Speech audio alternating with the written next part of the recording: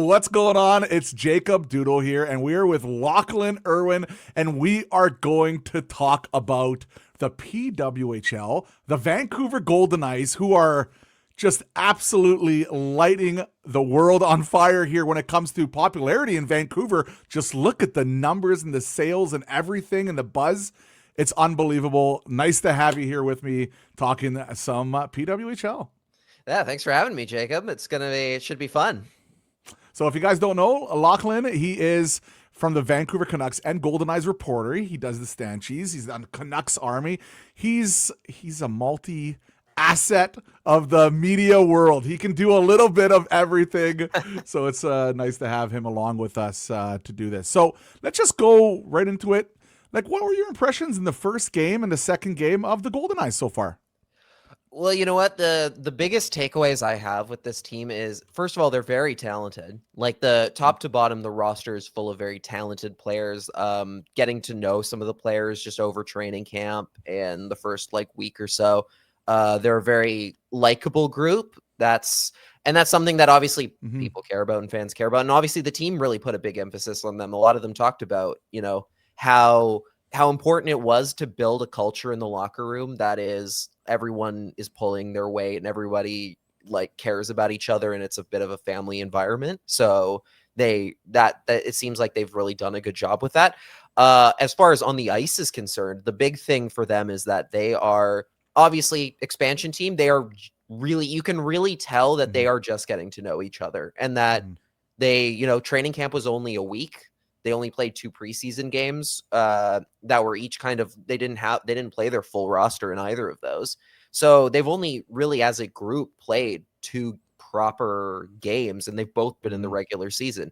And you can really tell that there is a lot of learning going on in those games where they're just not as crisp with passes. They're not necessarily they're still very much learning each other's tendencies and how each other likes to play on the ice. So there's a lot of learning that's going on right now, but they're having fun doing it seems like.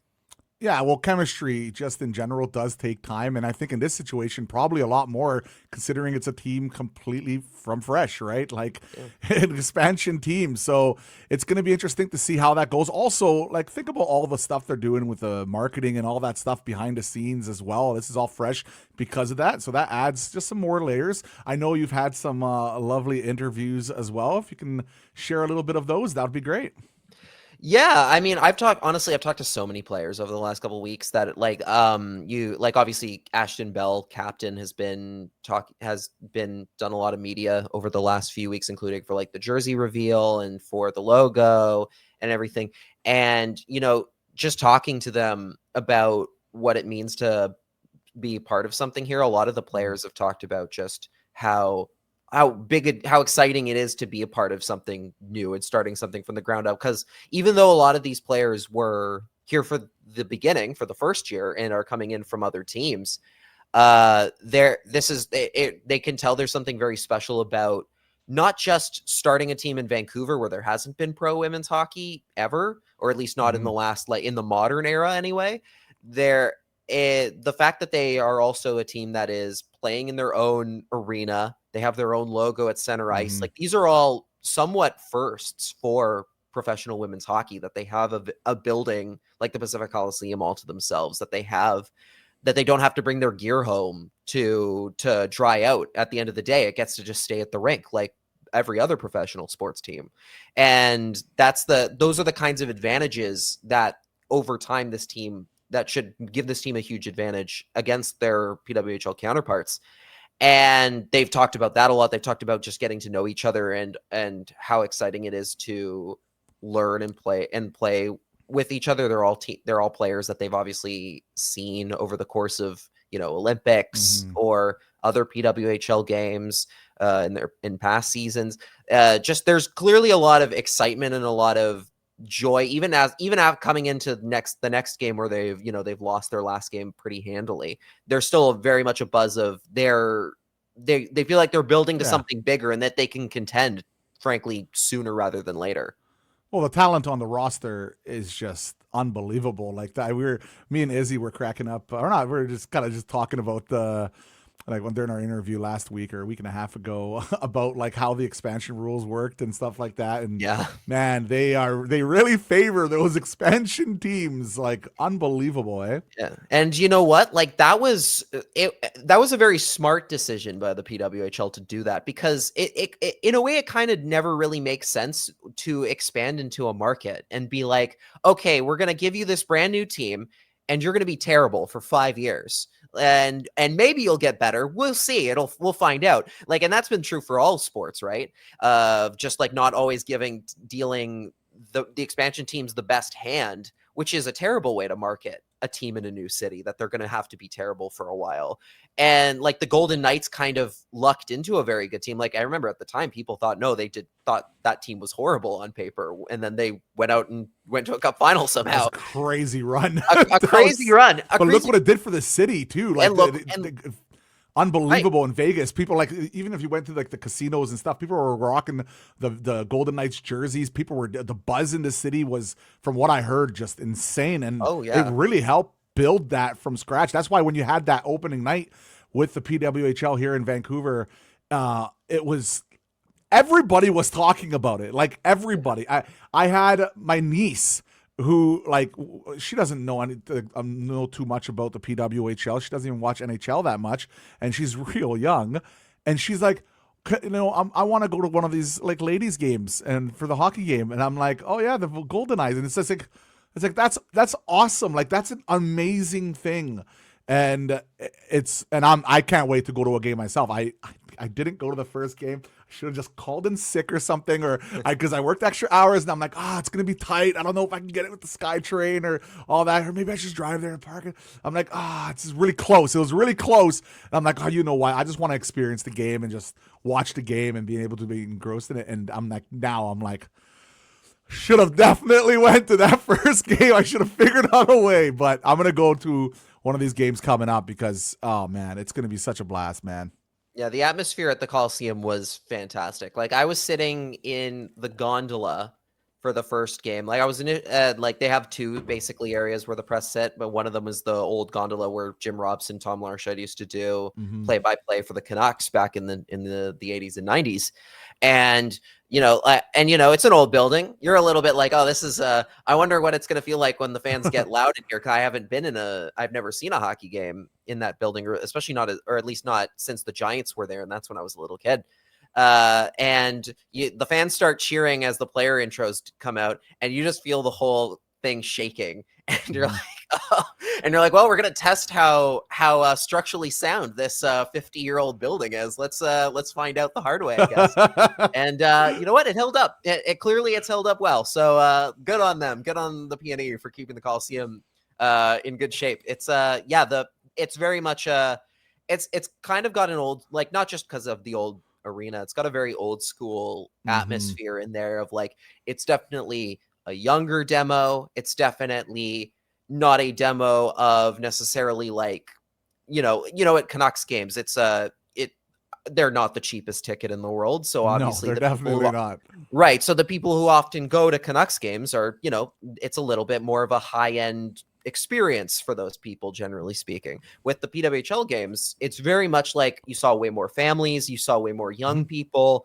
And I think that is going to be their bread and butter, and their demo is going to be the younger people who want to go see hockey and want to get behind a hockey team the way that they can't necessarily with the Canucks.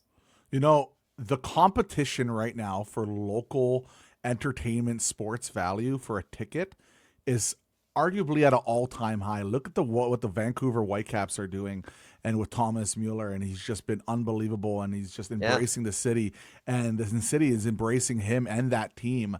And that ticket, you could go out and spend $50 to $100 and have an unbelievable night there. Vancouver Goldeneyes, you can pay around the same and just have an unbelievably great experience there. You can bring your family, your kids, and everybody. It's just awesome.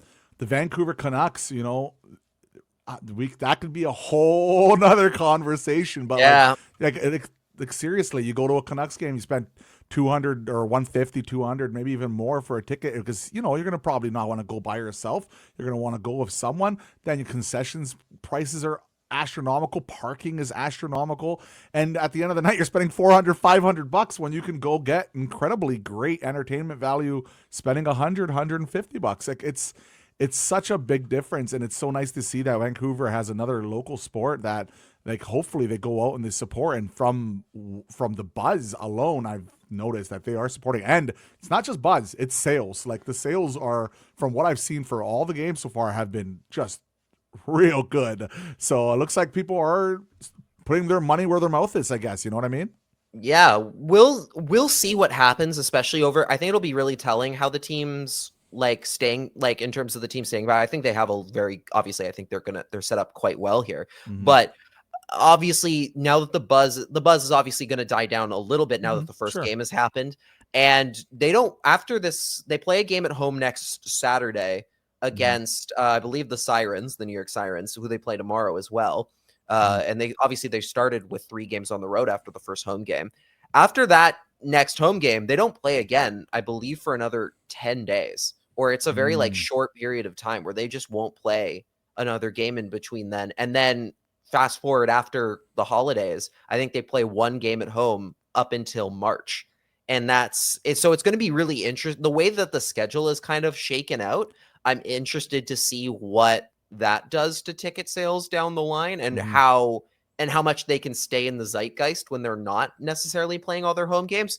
I think they'll do great. I think if they win, it doesn't matter. They'll do fantastic. That's going to be really the key for them, is just, winning hockey games. Because at the end of the day, what Vancouver wants more than anything, and not to make this a talking point about the opposing about a certain other team, but all Vancouver fans want is a winner. And I think with this team, there is a lot of buzz. There's a lot of feeling that they are going to win a lot of hockey games this year and could be a serious challenger for the playoffs, not just this year, but well into the future. So, like, how does it feel being behind the scenes with the Goldeneyes? Like, are they kind of feeling that, like, not obviously they're feeling the excitement, but like, do they understand like how big of a deal that first opening like felt like? You know what I mean? Like, it's hard to explain. Yeah, it's just like how does it feel being behind the scenes and talking to all these people and just getting that whole vibe of everything? I can tell you, they definitely can tell. They definitely know what they're dealing with, and what's going on is special. Sarah Nurse talked about it after the first game, basically like she's never had that kind of experience before as a pro, of just like, obviously the whole crowd getting into, like the whole crowd being there, even just things like players have talked about people recognizing them on the street already, like, and going, I'm going to the Goldeneyes game. Awesome. And they're like, I've never had that before. And it's a first for a lot of these players to have that kind of that buzz around their team. But as far as like on the ice is concerned, a lot of them know very, very well. Like they're like, you ask them like what drew you to Vancouver, and a lot of them have talked about just, this team has the chance to win right away, and that's what I want. Especially like even like players who played on the Minnesota Frost, which have won the last 2 championships who've won both PWHL championships. The players coming in from there were like, we felt we could come here and win right away, and we could keep that streak of winning titles going in Vancouver. And that's not, and that you don't hear that from Vancouver teams quite often. So it's a big, like they clearly have the confidence.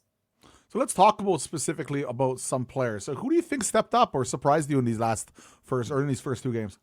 I mean, Abby Boreen was one of the players that really stuck out to me. Like, not just because she scored the overtime winner, even before that, just her tenacity on the puck, her willingness to call her own number, especially on expansion teams and any sort of team where you're just getting to know all your teammates. It's really easy, I think, to overthink it and sometimes be unwilling to call your own number simply because you're thinking, but that teammate that I don't know, I might need them to shoot. It might be better if they shoot, because you just don't know. You haven't played as a group before who you think should be taking that shot.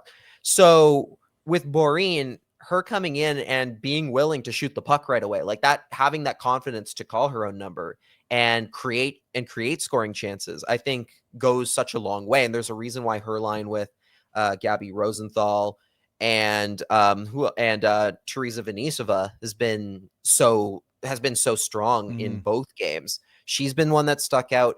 Obviously Claire Thompson, who's leading the team in points. She's a great defender. Like she's like you can really see the IQ. You can see how good she is at quarterbacking, the power play. She has that confidence to shoot when it's called upon. Her goal against the Charge, I almost said the Senators, the Charge is was just a perfect play of just, keeping her distance, walking the line, keeping her distance from the defender and getting a shot when she found her lane.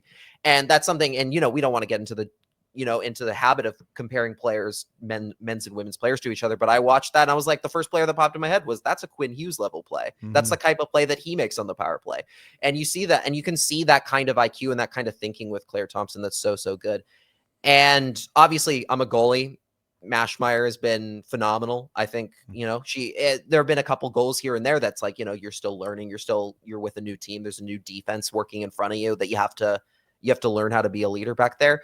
But like she's has that experience. And just from talking to her, she knows like has the capability to be a huge leader for this team. And and there have been definitely moments in the last 2 games where she is the opposing team is throwing everything in the kitchen sink at her, and she'll come out unscathed. She's a phenomenal. Man. She's so quick on going side to side along the post, man. Like that's something I really noticed her. She seems to read the puck really well as well. Something that is really, really important for goaltending as well. So no, it's been pretty exciting to see. And like even Sarah before she got hurt, like Sarah Nurse I thought she looked great in that opener. Before she got hurt, and she scored that goal, right? So that's really nice to see. I'm curious to see when she is going to be back. Is there any news when she potentially could be back playing? They just have her listed, I believe, as day to day right now. So it could be day to day. It could be anytime. I think not having her against Ottawa was definitely a big loss for Vancouver. Like I think you could tell that missing Nurse was a big deal. I mean, obviously she's their first line center. So not having her in your lineup is obviously a crushing blow, but especially just the fact that they were, for chemistry, you're starting to getting to put her on a line with Michelle Karvinen, which looked really, really strong in the first game. And it was, having to shuffle the lines like that was definitely didn't help a team that's learning to play with each other right now. Yeah, a ton of fun to watch too. She's a ton of fun to watch. Just really dynamic and just like kind of like a bulldozer type player as well. Like just really good hands too. Yeah. Really, really good player. Let me leave you with. Oh, go ahead. Oh yeah, okay. Sorry. Another player as well, Jen Gardner, who's from Surrey. Same kind of like of setup for her, where she like there were plays in the last couple games where she's just so tenacious on the puck. She's she's willing to get into the corners. She creates other opponents' mistakes. Like she really and she pounces on them every time. There's once the team starts clicking chemistry wise, I think she's going to be leading the charge on a lot of scoring. Let me leave you with this. What do you think the identity is of this team kind of shaping up to be? I know it's super early, so it's kind of hard to kind of tell. Maybe we got to give it a few more weeks to see, or maybe even a month to see exactly where that is. But like, are you noticing any sort of identity for the Goldeneyes right now? I think the identity to start with the Goldeneyes is, and this is something that goes back to talking to Sydney Bard, who's one of their defenders, I should say.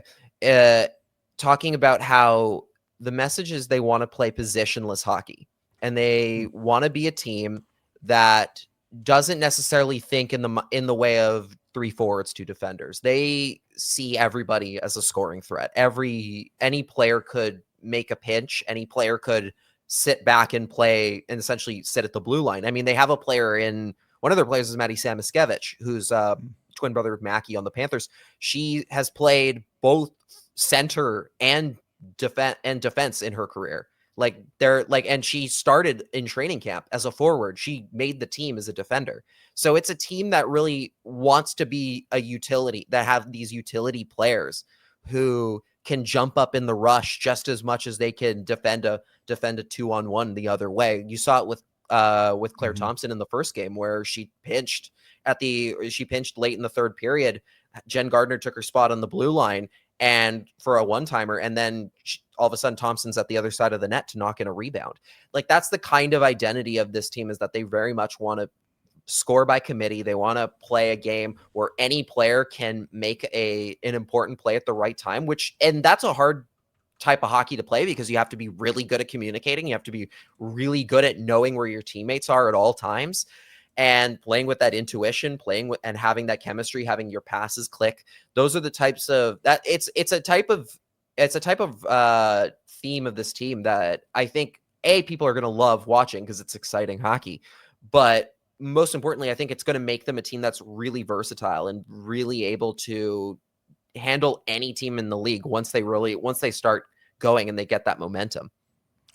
Lachlan, I just want to say thank you so much for joining us, doing this with us on our small little community here we're building. We want to support local. We want to support the PWHL and the Vancouver Goldeneyes. I think it's really important. I hope people that watch this go out to games and go bring your family. Go support this team.